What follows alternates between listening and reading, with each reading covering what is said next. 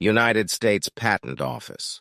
Stephen C. Drew of Boston, Massachusetts. Apparatus for observing eclipses. Specification forming part of letters patent number 5488868, dated October 29, 1895.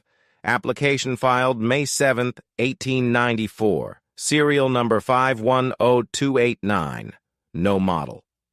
To all whom it may concern, be it known that 1. Stephen C. Drew of Boston in the county of Suffolk and state of Massachusetts have invented certain new and useful improvements in apparatus for observing eclipses, of which the following is a specification. This invention relates to an improved apparatus for observing the phenomena accompanying an eclipse of the sun, and it consists in the novel features of construction and relative arrangement of parts, fully described in the specification, clearly illustrated in the drawings, and particularly pointed out in the claims. In carrying out my invention, I make use of the well-known fact that if a room is darkened so that no light can enter, save by a small aperture, the images of objects within the line of the aperture may be cast upon a screen within the darkened room, in accordance with the principle involved in the camera obscura, an old and well-known instrument. I, in substantially the same manner, form an exact image of the sun upon a screen in a darkened room or other chamber or on the screen of a camera. Having thus obtained the image, and taking care that no other light than that from the sun's image is present, I interpose between the image and the eye an opaque object of the size of the sun's image. The corona and other phenomena at once become visible around the eclipsing object and enable me then, by use of powerful magnifying glasses or other instruments, to observe at my leisure such phenomena, which are exactly the same as the phenomena produced by a total solar eclipse. The foundation principle of my invention is therefore simply to form an image of the sun in a darkened room, chamber, or other compartment, and then to eclipse the said image. There are various ways in which the sun's image may be formed upon a screen or other substance, as there are also various ways by which the image formed may be eclipsed. For example, as is shown in Figure 1 of the drawings, the image A of the sun, indicated by B, may be thrown upon the screen C through the small aperture D, formed in the wall E, and the eclipsing of the image may be effected by moving a ball or globe of a size just sufficient to eclipse the image across the line between the image on the screen and the aperture D. In Figure 2, the eclipsing object is shown as an opaque disk, G, formed on a transparent slide, H, so that it can be moved over the image A on the screen and still permit of a full examination of the corona and other phenomena attendant upon an eclipse. In Figure 3, a camera obscura is employed, in which the sun's image may first be formed upon a mirror eye, and be by it reflected upon a ground glass or other suitable screen J, and then eclipsed by moving an opaque disk K over the image to eclipse the same, so that the phenomena may be examined through the tube L above. Or the disk K may be fastened to the center of the screen and the sun's image brought into the desired position behind it by a proper moving of the camera. I do not, however, confine myself to any particular. I am aware that in the telescope, spyglass, and other object glasses, the image of the object is formed in the air, as it were, in small size near to the eye, and then magnified by the glass through which the eye observes it. I am not aware, however, that prior to my invention, it has been proposed to interpose an object between the image and the eye in the manner I have described and for the purpose I have named.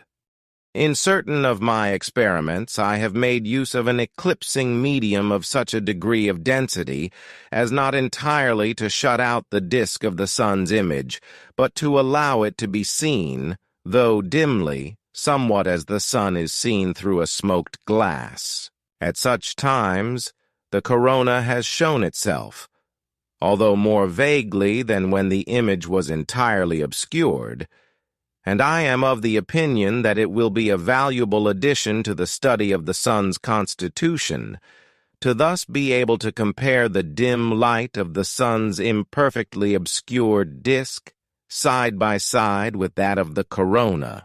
In this case, it is better to use an eclipsing object somewhat larger than the image, so as to have a darkened rim between the image of the sun and the corona.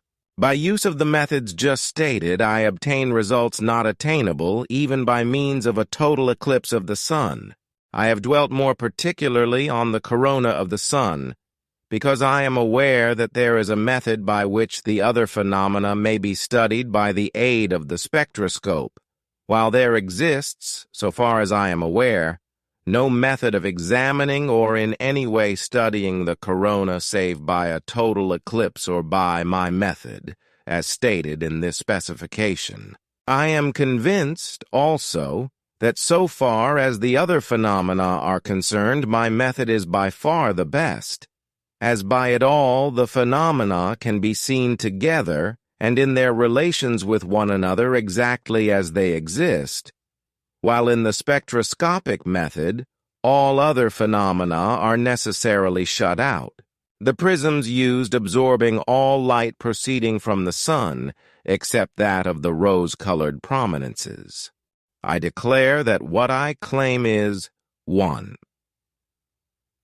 A device for use in observing phenomena accompanying an eclipse consisting of a compartment provided with an aperture, a screen arranged in said compartment upon which the image formed by the rays of light that pass through said aperture may be projected, and means to eclipse the central portion, I said image thrown upon said screen, substantially as and for the purpose set forth. 2. A device for use in observing phenomena accompanying an eclipse, comprising in its construction a suitable receptacle or casing provided with an aperture, a mirror arranged in said casing at an angle to said aperture, and arranged to reflect a ray of light at an angle to said aperture, a movable screen in said casing arranged at right angles to the direction of the rays reflected by said mirror, an opaque disc upon said screen arranged to intercept the image reflected by said mirror, and an opening in said casing for observing said screen, substantially as and for the purpose set forth. In testimony whereof I have signed my name to this specification, in the presence of 2 subscribing witnesses, this 1st day of May, A.D. 1894. Stephen C. Drew. Witnesses: Arthur W. Crossley, A.D. Harrison. Having trouble sleeping? Let us read you some bedtime stories guaranteed to put you right to sound slumber. We are reading selected patents on a variety of inventions, past and present.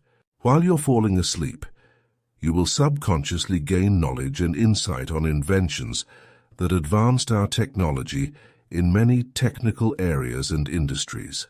What more could you ask for? Sleepy Time for Nerds is perfect for engineers, scientists, physicists, and the weekend tinkerer. Sleep tight. Want to fall asleep listening to the patents of historic or important inventions? Then subscribe the Sleepy Time for Nerds channel on YouTube and drift into slumber, listening to the detailed description of inventions like Alexander Graham Bell's telegraph, Thomas Edison's light bulb, and even the toilet paper roll. What can be better than drifting off to deep sleep with the historic voices of these inventors? Subscribe, like, and leave a comment below, and let us know what other patents you want to listen to while you fall asleep.